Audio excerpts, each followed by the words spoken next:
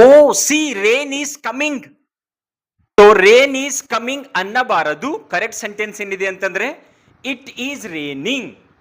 Rain is coming ಅನ್ನಬಾರದು, it is raining ಅನ್ನಬೇಕು. She and me are speaking English.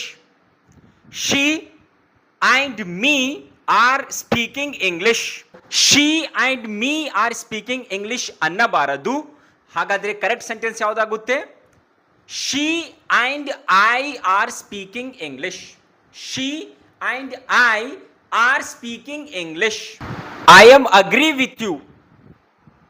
I am agree with you ಅನ್ನಬಾರದು, I agree with you. I agree with you ಅನ್ನಬೇಕು. She have English knowledge. She have English knowledge. She have English knowledge ಅನ್ನಬಾರದು. Correct ಯಾವುದಾಗುತ್ತೆ? She has English knowledge. She has English knowledge. ಅದೇ ಥರ I am going to college by walk ಅನ್ನಬಾರದು. Grammatically it is incorrect. It is incorrect grammatically guys. So which is the correct one? ನೋಡಿ ಇನ್ನೊಂದ್ಸಲ ಹೇಳ್ತಾ ಇದ್ದೀನಿ.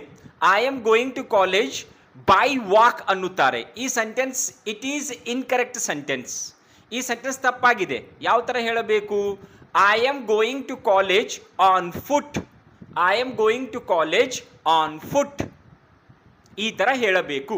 ಇದೇ ಥರ if you want to learn English in a perfect manner, so please do subscribe to my channel. ಇದೇ ಥರ ನೀವು English ಪರ್ಫೆಕ್ಟಾಗಿ ಕಲಿಬೇಕಂತ ಇದ್ದೀರಾ, ನಿಮ್ಮ ತಪ್ಪುಗಳನ್ನು ತಿಳ್ಕೊಬೇಕಂತ ಇದ್ದೀರಾ ಇಂಗ್ಲೀಷ್ನಲ್ಲಿ. So while speaking English we are committing ample of mistakes. So if you want to come to know about all these things, so please do subscribe to my channel guys. Thanks. I did not went to college yesterday. So I did not went college yesterday ಅನ್ನಬಾರದು. did not went ಅನ್ನಬಾರದು. ಯಾವ ಥರ ಅನ್ನಬೇಕು? I did not go to college yesterday. I did not go to college yesterday ಅನ್ನಬೇಕು.